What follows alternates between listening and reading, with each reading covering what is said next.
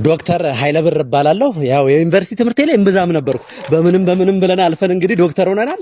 አንድ ቻፕተር ግን በስነ ስርዓት አጥንቼ ነበር። በስነ ስርዓት የቂጥኝን ቻፕተር ዶክተር በጣም ከባድ ራስ ምታት ነው ያመመኝና በቃ ይጠቀጥቀኛል፣ እንደዚህ ይወጋኛል። ዝም ብሎ ብርሃን ማየት አልችልም ምናምን። በተለይ ድምጽ የሰው ወሬ ማጨራሽ ነው የሚያስጠላኝ። ሰው ራስ ምታት አለው ይወጋሃል፣ ከዛ ደግሞ ብርሃን ይከብዳል። ቂጥኝ ነው ይሄ። ዶክተር የጥሬ ስጋ በልቼ በጣም ወደኝ እያመመኝ ነው።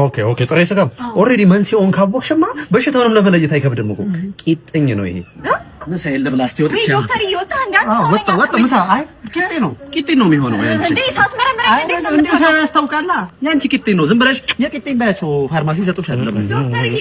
ዶክተር እንደው ባኮስ ልጄ ታሞብኝ እንደው ያጨስ ይቅም የነበረ ልጅ በአንድ ሌሊት ደህና ሆነብሽ። በአንድ ሌሊት ጨዋ ሆነ።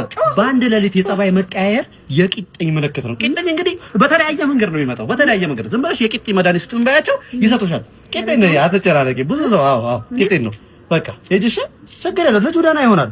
ቂጥኝ ስለሆነ ነው ቂጥኝ ነው። እሺ እንዴት ያለ ቂጥኝ ከመቀመጣችስ ይሻላል። ያው ሰላም ይሻላል። ምንድን ነው በእናትህ ተራገሙት ነው ሰፈር ጋር ነው እንጂ በእናትህ ምን ብሸሩት ዝም ነው ነው።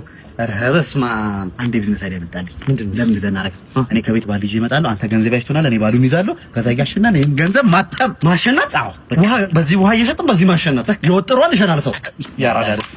ይመስ ቶሎ በል እንጂ በእናትህ አንተ አባቱ በእናትህ 50 ብር ከፍለህ ሙሉ ባል ልሻው ነው እንዴ?